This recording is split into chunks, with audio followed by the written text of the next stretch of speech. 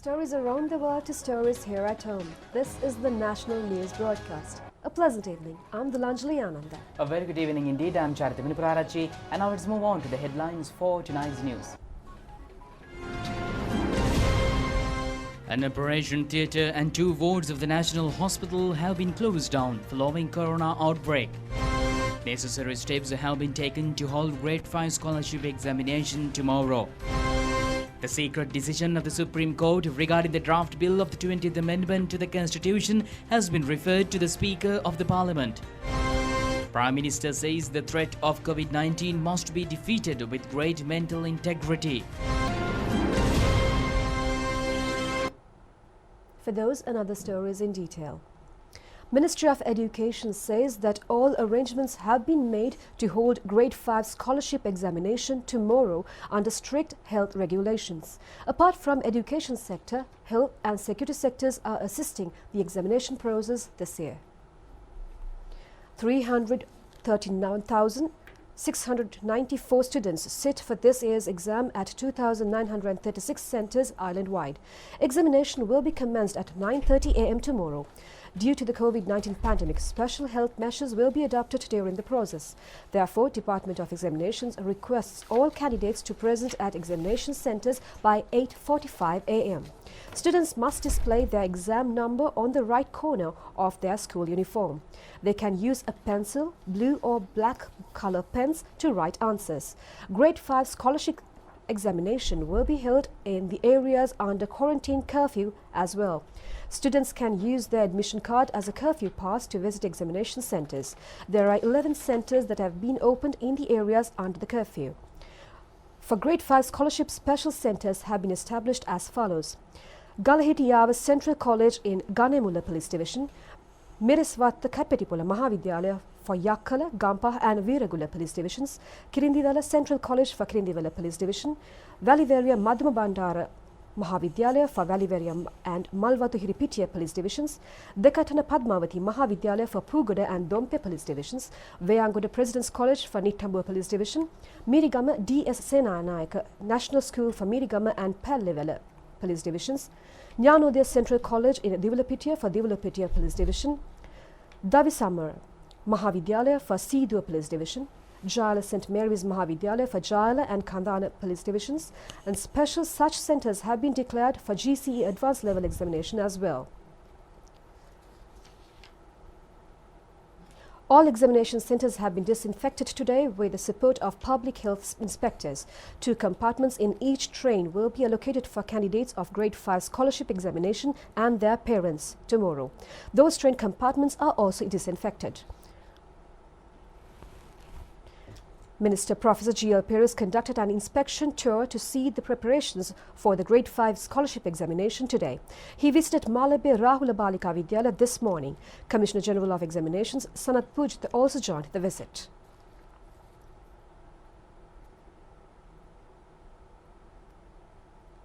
And meanwhile, 3 members of the minor staff at the National Hospital in Colombo have tested positive for COVID-19. As a result, 2 wards and operating theatre were temporarily closed following the coronavirus outbreak at the National Hospital. The Divalapitiya COVID cluster was emerged on last Monday. Initially, 103 cases were identified on the first day. Next day, the number of patients went up to 729. There were 202 cases reported on Wednesday and 19 cases reported on Thursday. 30 COVID-19 patients were reported yesterday from various parts of the island.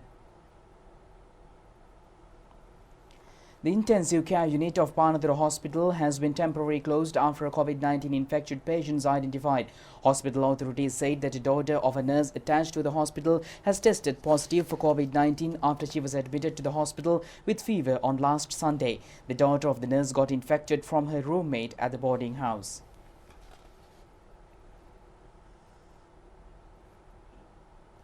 A student of Sri Jayawardhanapura University Management Faculty has been tested positive for COVID-19. According to the university sources, the student, a resident of Panathura, has been boarded at a hostel and had visited the university on 4th of October. A PCR conducted yesterday confirmed that a student and contracted coronavirus. The person who had associated the student at the hostel as well as those who were in contact with her at the university will be subjected to PCR tests. Vice Chancellor of the university, Professor Sudat Loinage, said that the students had been informed not to vacate the hostel premises. Meals would be provided for the students by the university hostel.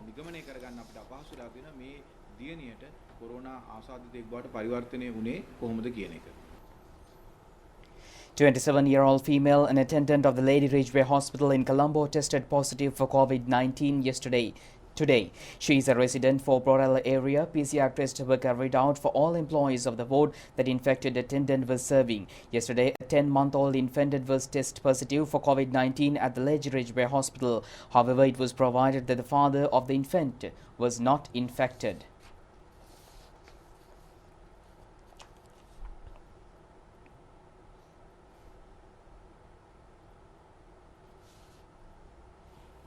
Acting Director General of the Health Services Consultant Dr. S. Sridharan requested the general public to strictly adhere to instructions provided by the health authorities when they visit to see patients at hospitals. He further requested to minimize such visits. At the same time, a special process will be initiated to supply the necessities of in-ward patients without entertaining visitors. Dr. Sridharan also requested the public to visit the nearest hospital for their health matters. Special plan has been adopted to face the threat of coronavirus in Gampaha district. A discussion was held at the auditorium of the Minuwanguda Divisional Secretariat in connection with the situation under the patronage of Minister Prasanna Ranatunga. 5,000 surgical masks were donated for the use of health sector employees in Gampaha district. The donation was made by State Minister Nalaka Godeheva. 18 police divisions in Gampaha district are still under quarantine curfew. Security operations are being carried out to apprehend those who violate the curfew regulations. Strictly limitations have been imposed on public transportation travel through areas under curfew. However, pharmacies and supermarkets have been opened to provide necessary services for the general public. The general public has been requested not to panic considering the prevailing situation, as all possible measures are being taken to contain the spread of the virus and mitigate the situation, Chief Epidemiologist Dr. Sudat Samaravira said today. However, he stressed that people must comply with health guidelines and urged prompt measures should be taken if they were found with any respiratory disease.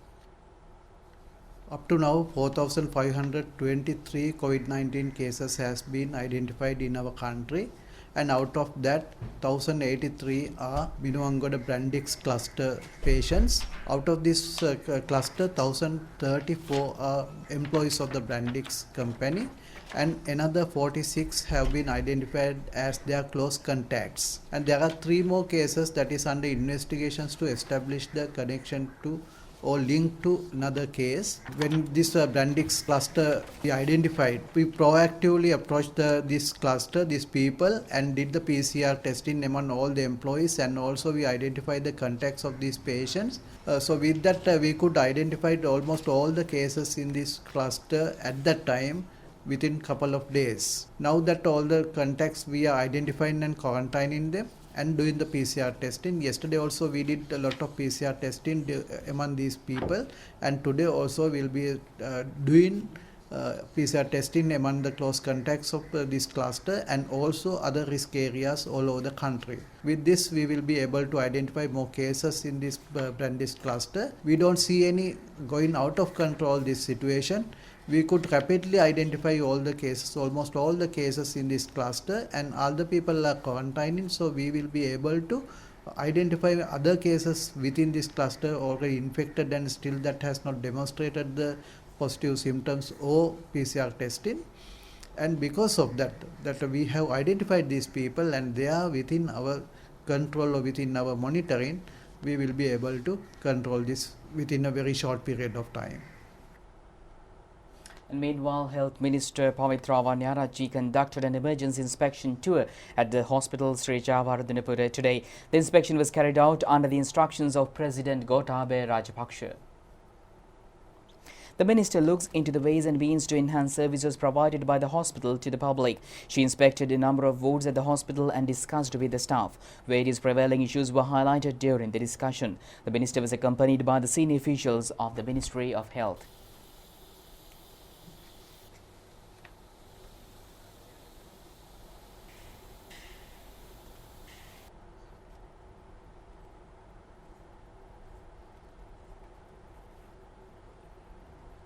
Prime Minister Mahinda Rajapaksa says that the threat of COVID-19 pandemic must be defeated with a great mental integrity. The Prime Minister made those remarks issuing a message to mark International Mental Health Day today. In his message, Prime Minister Mahinda Rajapaksa highlighted that today Sri Lankans had to commemorate the International Mental Health Day under a unique condition that drastically changed their life patterns. Countrymen have to face various challenges and difficulties. Prime Minister paid his gratitude to various staff members who are committed to battle against COVID-19 pandemic. The mental condition of the most to be highlighted considered. The Prime Minister said the situation is not only a challenge to Sri Lanka and it is a challenge to the world health. The secret decision of the Supreme Court regarding the constitutionality of the draft bill of the 20th Amendment to the Constitution has been referred to the Speaker of Parliament. Commenting on the matter, Speaker Mahinda Abeyewardene said the relevant decision will be presented to the Parliament on the 20th of October. The Supreme Court concluded the consideration of petitions filed challenging the draft bill on the 5th of October. Chief Justice Jayantha Jayasuriya had stated in open court that the secret decision of the Supreme Court on the draft bill will be referred to the President and the Speaker of Parliament in due course. During the hearing, Attorney General Dapula de Oliveira stated that all the provisions contained in the draft of the 20th Amendment are in accordance with the Constitution. 39 petitions in total had been filed against the draft bill of the 20th Amendment, citing the Attorney General as the respondent. The petitions were put forward by Election Commission member Professor Ratnajeevan Hule, Samaga Jana Balawegaya, UNP General Secretary Akila Viraj Karyavasam, UNP Deputy Leader Ruwan Wijewardena, Samaga Jana Balawegaya Youth Wing Chairman Mayantha Disanayaka and Attorney at Law P. Liyanarachi of the Sri Lanka Janata Peramuna. Transparency International Sri Lanka, former governor and executive director of the Campaign for Free and Fair Elections, Ranjit Kirthenekon, human rights activists Abdul Sanoon and many others. Meanwhile, ministers Nimal Siripala de Silva, Gamini Lokuge and Professor G.L. Pires had filed interlocutory petitions seeking permission to present cross-submissions pertaining to the petitions challenging the 20th Amendment draft bill. In addition, MPs Sagara Karyavasam, Venerable Omare Kasapatera, M. Dayaratna, W.A. Veeratilaka and P.G.P. Aberatna had also filed interlocutory petitions. The Sri Lanka Army celebrates its 71st birthday today. Army's scope of dedication, courage, devotion to duty and self-sacrifice has commanded the admiration of the nation more than ever before. Although COVID-19 epidemic prevented the Army from conducting customary religious events and other formalities, plans are there to hold them in due course once normalcy returns. Founded on 10th October 1949 as the Ceylon Army after forming its first regular force under the command of Brigadier R. Sinclair, the establishment of its own military academy in the Thalava afterwards saw Brigadier Anton Muthukumaru assume the mantle of Office, or the first Sri Lankan commander of the Ceylon Army. Blossomed into a fully fledged professional army during its lifespan of the 71st past years, the Sri Lanka Army to date has been effectively commanded by 23 commanders, elevating the much-sought organization to impressive heights. Needless to place on record its expansion with 24 regiments across the country as the most prominent security provider to all the expense of their own lives has won the heart and minds of all ethnicities. Army displays its unmatched services in times of national security threats, catastrophes, disasters, emergencies with performances of breathtaking virtuosity.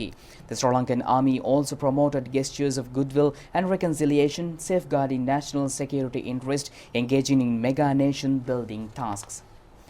It also contributed to UN peacekeeping missions, humanitarian projects, demining, construction houses and common buildings, reforestation, restoration and renovation of lakes and tanks, etc. During its journey of 7 decades, 22 past commanders have provided able leadership to the Sri Lanka Army since its inception. Senior officers, regimental sergeant majors, senior and junior non-commissioned officers and members of the civil staff continued to contribute throughout the proud Army history. Likewise, memory of fallen war heroes whose unforgettable gains in battlefield has gone down in history as unmatched warriors of great admiration as our country is set to tread a novel path of prosperity, peace and reconciliation. President Gotabaya Rajapaksa granted promotions to 514 officers in the Army coincident with the Army Day.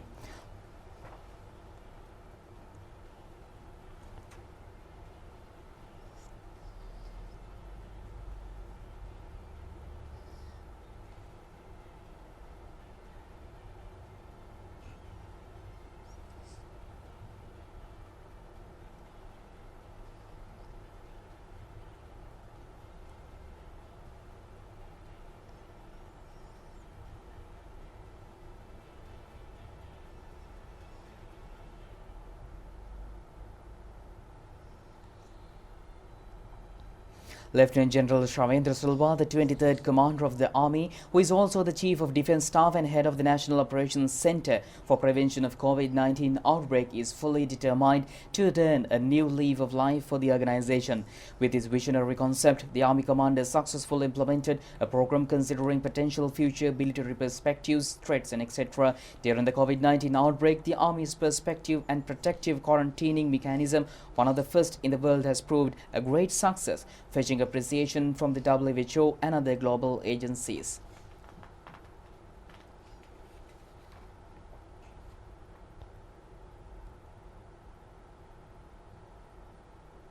President Gotabaya Rajapaksa, in a Twitter message, conveyed his warm wishes to Sri Lanka Army for its 71st anniversary. He commended the services rendered by the Army even in the fields of nation building and disaster management. President says that Army contributed immensely to safeguard the sovereignty, unity and the territorial integrity of the nation during the past 7 decades. He especially commended the great task of the Army during the COVID-19 pandemic. Former Inspector General of Police Pujit Jayasundara says that he does not believe the fact that former President Maithripala Sirisena was not aware of foreign intelligence warnings on Easter Sunday attacks. The former police chief gave evidence at the Presidential Commission of Inquiry on Easter Sunday attacks for the 11th consecutive day today. He admitted that police emergency plans were not implemented on Easter Sunday even though there were intelligence warnings. Additional Solicitor General, who represents the government, inquired former IGP Pujit Jayasundara the reasons behind his inactive stance, even though state and military intelligence sources provide information on extremist activities by the mastermind of Easter Sunday attacks, Saharan Hashim. He refused the allegations of inactivity, saying that he was suspended from taking part in National Defence Council sessions. Pujit Jayasundara pointed out that there were many reasons behind the failure of security structure during the Easter Sunday attacks. Political situation, policies of then government and infightings within the Yahapalana government was some of the reasons mentioned. He further said the Director of the State Intelligence Service directly provided information to the President and those information were not shared with the police chief deliberately. Although the IGP was held accountable in connection with the incident, there was any coordination with him prior to the incident, the witness told the Presidential Commission. Answering questions, Pujit Jayasundara said there are various emergency plans in various levels within the police department. However, after 2015, the previous government had different priorities. Therefore, the emergency plans were disregarded and police did not conduct drills in connection with those plans. Former IGP further said that he did not draw a special plan to avert Easter Sunday attacks, even though he got warnings by foreign intelligence services. Pujit Jayasundara said the reason behind that action was that the information he received on the 9th of April were not confirmed by relevant sources. Then the chairman of the Presidential Commission inquired whether there was any action taken related to the information provided by the Director of State Intelligence Service, Nilantha Jayawardena, on the eve of Easter Sunday attacks. Pujit Jayasundara said that he had not enough time for such action. He said he informed his deputies about the information which was not even confirmed by the State Intelligence Service on 20th of April 2019. Pujit Jayasundara said the State Intelligence Service was not in a position to confirm the foreign intelligence report because all sources were not aware on that subject. Chairman of the Presidential Commission asked former IGP that whether his duty was only to mobilize his deputies in every occasion. He said, as IGP, he does not take part in operations but only oversee them. The Additional Solicitor General representing the government questioned Pujit Jayasundara whether he acted as the head of the police department or just played the role of a messenger. Answering the question, he said that IGP also act as a messenger in certain occasions. And meanwhile, a woman with 25 grams of heroin has been arrested in Angulana area. She was identified as an accomplice of underworld criminal Angulani Sana. The suspect was arrested in front of Sairapura housing complex at Angulana by a team of Morato police station. It was revealed that the suspect previously served a jail sentence in connection drug offences. Another woman was selling drugs with 3 others have been arrested in Matale. Police confiscated 8 grams of heroin, a cash worth 75,000 rupees, 6 ATM cards, 5 mobile phones and a digital scale. Police conducted a raid at Kaladuella area in Matale to apprehend these suspects.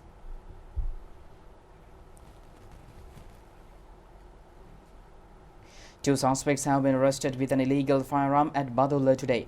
Badulla police, acting on a tip-off, conducted a raid. Police said that firearm was belonging to LTT Ikaja, who was arrested in 2015 at Badulla.